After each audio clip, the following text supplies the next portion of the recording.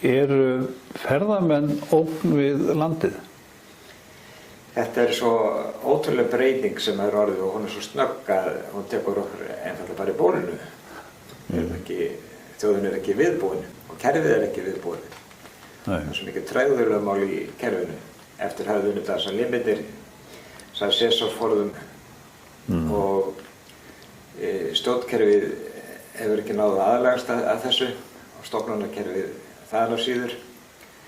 Og við erum langt og eftir í að bregðast við þessari nýju áskorun. Við getum talað að séu komið ný landnýtingarvandamál og ný ágangsvandamál upp í tengdu ferðaþjónustuna. Og reyndar útvist almennt. Ágangur náttúrulega annað orð yfir lausagöngu. Það einfallega bara þegar verið að nýta annarra manna lönd án heimildar í óþökk landeigenda. Það ekki rétt mjög stórum mæli til þessi ferðaþjónustunni og landeigendur verða brjálæðir. En í auglýsingum til dæmis frá ferðaþjónustuaðilum má stundum sjá myndir sem að eru kannski ekki alveg í samræmi við þær áherslur sem að þú vilt sjá. Mér finnst staðan hafa lagast svolítið og það aðilar sem að vinna vel í þessu eins og til dæmis Vakinn sem á mjög virkur sem gæð á umhverfisvottun ferðaþjónustunnar. Sama með Íslandsstofu sem að reyna að sporna gegn því að sé verið með vondar auglýsingar sem gefa til kynna hér sé allt leyfilegt og stuðla svona, sjálfbærri ferðamennsku. En ef maður lítur á heildina að þá vantar mjög mikið upp á að þetta ná alveg í gegn, ekki bara hjá ferðaþjónustunni heldur bara auglýsendum almennt.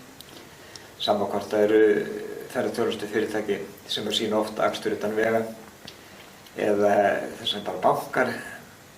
Það má finna mjög bjánalegar auglýsingar frá þeim í andstæðu við umhverfissjónarmið. Bílumboðin eru mjög slæms umhverf. Þannig að það þarf að móta miklu skýrari leikreglur og það að finna marga fyrirmyndir sem við höfum að reyna að leita miklu meira eftir.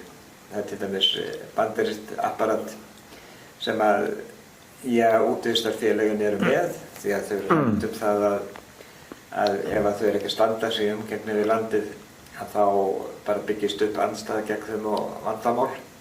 Þetta threat lightly eða stígum varlega til jarðar eða þau eru varlega landið og þar eru settar fram mjög skýrar viðmælir það hvað má og má ekki í kynningu sem við ættum í raun og veru að fara yfir og taka upp hér.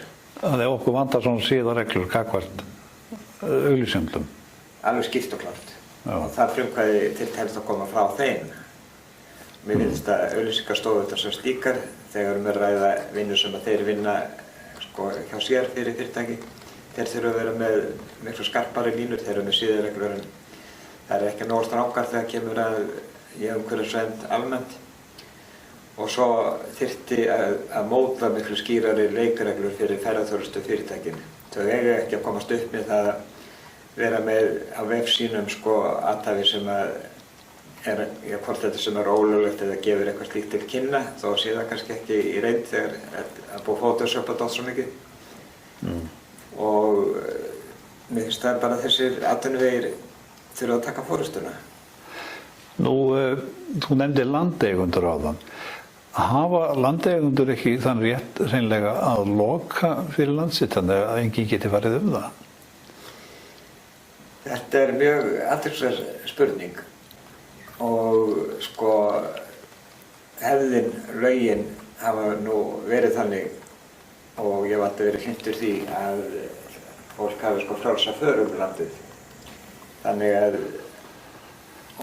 eru lögin það ekkert sem hindrar að ég megi fara og þess vegna með hóp ef hann ekki borga fyrir hvern sem En nú bara árið mikil breyting því að það má velta fyrir sér hvort að almannaréttur eins og túlkar í dag hvort hann eigi við, hvort það þurfi að fara að skýra leikreglurnar en það betur eða hvort þetta hreinlega bara ávísun á það að hægt sé að gera út á annarra manna lönd og það sé fara, við skulum segja bara fara ránshendum landið því að það stenst ekki lengur að ég geti sett upp leiðir í gegnum landið þitt og valdið það spjöllum eða bara það sé opið fyrir almenning þess vegna og svo sitt ég uppi með skaðan ef að kerfið er ekki tilbúið til þess að koma fyrirbyggjandi ráðstafanir eða hjálpa mér við að ég sko bara græða sár sem að orðið til vegna utanvegaksturs í mínu landi eða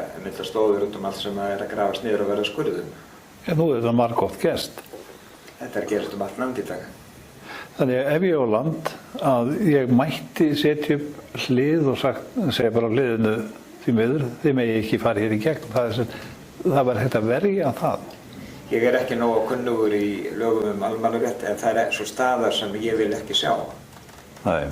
Þess vegna er svo miklu betra að þeir sem að nýta landið verði virkari í verndun þess, virkari í samtalinu. Það er annars staðar, við skulum segja, í Írlandi þá er alveg ofboðslega sterkt samráðsorð milli notenda og landeiganda og menn vinna að sameiginlegri sátt og vinna því að móta sameiginlegar lausnir. En hér er svona eins og sé einhver ósýnilegur veggur á milli samtalið er svo veikt á milli aðila. Já. Við erum ekki nægilega góð ekki nógu vel þjálfuð í samtali hagsmunaaðila.